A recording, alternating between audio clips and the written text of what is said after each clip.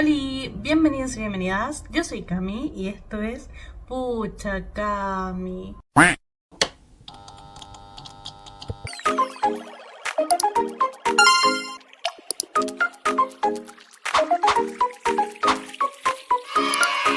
El día de hoy vamos a hablar sobre el anime de Akuma-kun. ¿Por qué? Porque en el primer video que hice el hate fue demasiado y pensé, quizás estoy equivocada.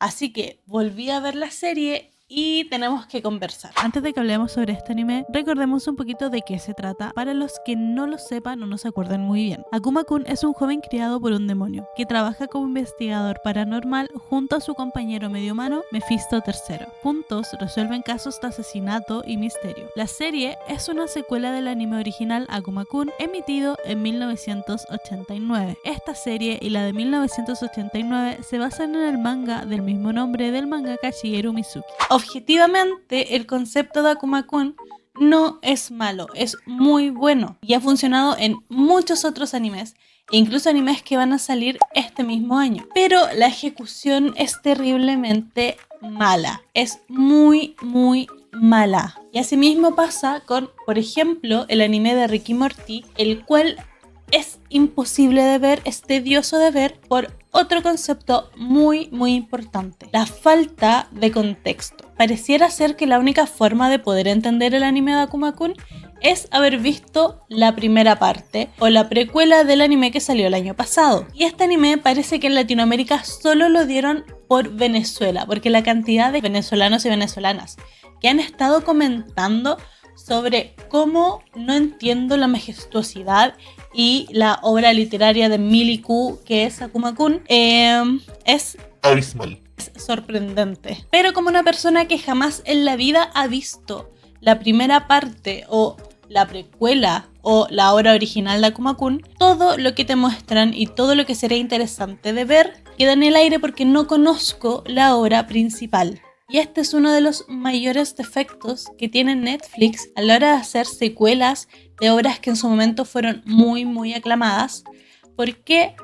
Porque no toman en cuenta a la gente que jamás en su vida ha visto la obra original. Y asimismo crea una serie, un anime, una animación que no se puede defender por sí sola, que no basta tan solo con verla y ya para entender, sino que tienes que tener todo este contexto detrás que en verdad no vale la pena. Y no lo digo porque la obra original sea un mal anime. Yo sinceramente creo que sí es un muy buen anime. Es un anime que ha pasado la prueba del tiempo. Pero tener que verlo para poder entender una secuela de 12 capítulos no hace sentido.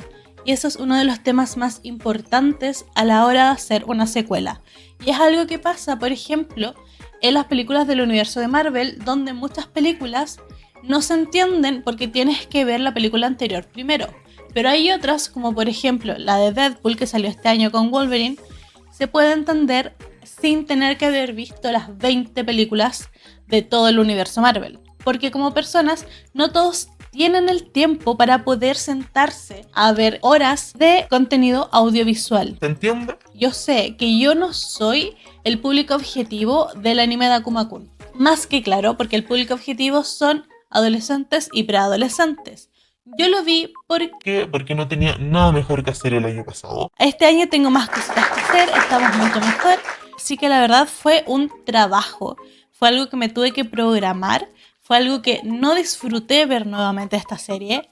Y eso dice mucho de la serie. Sí, porque a mí en general me encanta volver a ver series que he visto. De hecho, ya en lo que va del año me he visto 3 veces Hunter X. Estoy terminando de ver Slam Dunk. Vi de nuevo Pluto. O sea, no es algo que para mí sea difícil de hacer. Y siento que para muchas personas tampoco es algo difícil de hacer. De volver a ver, volver a releer, volver a consumir este tipo de media. Por ejemplo, si tomamos a Pluto, que es una secuela de Astro Boy, yo entiendo completamente de qué se trata Pluto. Y eso que jamás en mi vida vi Astro Boy. ¿Por qué? Porque la serie no depende de que yo haya visto Astro Boy para poder disfrutarla. Aunque si bien esto es una de las cosas más importantes, que hay ciertos aspectos que cuando uno crea un personaje o ve alguna serie, hay ciertos aspectos que se tienen que cumplir para que la serie sea exitosa.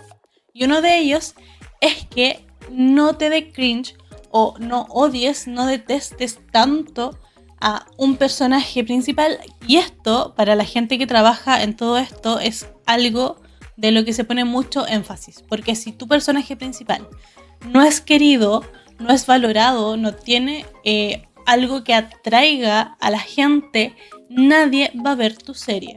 Y esto fue lo que me pasó viendo a Kuma-kun, porque hasta el último capítulo no se entiende el porqué del actuar de este personaje. Se ve simplemente como un canvas en blanco donde tú puedes proyectar tu propia personalidad hacia este personaje. Además que no se entiende cómo es la lógica, cómo actúa el cerebro de este personaje, porque durante toda la serie, todas las soluciones son soluciones que tú como espectador no podrías haber deducido, más bien no hay un camino lógico para llegar a estas conclusiones. Y más que un efecto de suspenso o el efecto sorpresa, más bien te desconecta con la narrativa, porque durante toda la serie no hay pistas, no hay cosas que te indiquen que esa es la solución o que esa siempre fue la mejor solución, ni mucho menos si hablamos de su relación con el resto de los personajes, como por ejemplo el primer Akuma-kun y Mephisto III. Esto se puede contraargumentar por cómo se había estado criando a este segundo Akuma-kun hasta cuando lo encontró Shingo, el primero. Pero esto ya se ha usado antes, como por ejemplo en Kimetsu no Yaiba. La realización de los personajes, el concepto de los personajes está mucho mejor hecho. Porque aunque tú veas la desconexión entre los sentimientos y el actuar de una persona, aún así entiendes que esto es un mecanismo de defensa o porque hace más interesante al personaje. Eso es súper importante y es algo que pasa mucho en Akuma-kun, que se les dan aspectos de su personalidad que son solamente para hacerlos parecer más cool, en vez de algo que de verdad sume o algo que hiciera sentido por cómo está construido el personaje. Y esto va aún más allá, porque para poder entender el porqué de las acciones de los personajes, otros personajes te tienen que estar diciendo por qué actúa de esa forma. Lo cual puede ser muy efectivo si se usa esporádicamente, pero cuando se usa para dar todo el contexto de todos los personajes y el porqué de sus actuaciones, es algo que te desconecta de la serie. Y eso hace que esta serie no sea bien catalogada. Lo ideal de un medio audiovisual es que tú lo estés viendo y lo estés escuchando, porque hay cosas que no te lo pueden decir, que no te lo pueden describir y tienes que verlo por ti mismo. Aparte de eso, si ya nos adentramos mucho más a los casos y no a los personajes como tal, los casos son extremadamente repetitivos. Cada caso termina igual que el anterior, todos y cada uno de ellos. Y eso se puede hacer, sí, hay muchos animes que siguen todavía en emisión que tienen una fórmula básica, que es, presentan el caso, transcurre, pasa el clímax y después está el desenlace. Lo que pasa con Akuma-kun es introducción, desenlace. No hay un clímax del cual tú tengas que estar atento para poder entender la serie. En esta serie no hay conflicto real. El conflicto es el clímax, el punto más álgido de la historia. Y en esta historia, si pudiésemos encontrar un clímax, sería la mitad del 12º episodio. O sea, básicamente al final de esta historia recién ocurre el clímax, el final. Y todo el resto de 11 capítulos, introducción. O sea, nunca se llega a algo concreto en cada uno de los episodios. De que hablar sobre algo que me gustó de esta serie, siempre rescataría el diseño de la serie. El diseño de la serie es un poco de clickbait, porque este diseño te hace pensar que va a ser una muy buena serie, con mucho contenido y en verdad tan solo está muy bien animada, lo cual no es malo, es muy bueno y es muy bueno que se pueda consumir este tipo de contenido de calidad. Pero cuando una de las cosas que más rescatas de una serie es su animación y no su historia, ahí estamos mal. Lo segundo que me gustó, y me gustó tanto la primera vez que lo vi como la segunda, es Mephisto III. Por ende, está acá atrás, porque siento que es el mejor personaje, fue el personaje que más cariño tenía, el personaje al que más pensaron, y para mí sin duda alguna sería el protagonista de esta serie si se le hubiera dado el enfoque correcto. Y el resto de personajes que parecen creados por ChatGPT. Lamentablemente. Pero bueno, este es el final del video, espero te haya gustado. Si te gustó, por favor, comenta, suscríbete, comparte, me ayuda muchísimo, no tan solo para crecer como canal, sino que para la motivación. No hay nada que me motive más a hacer este contenido que cuando ustedes comentan y podemos tener una conversación sobre los temas de los cuales hablo. Así que eso, nos vemos en el siguiente video. Chau, chau.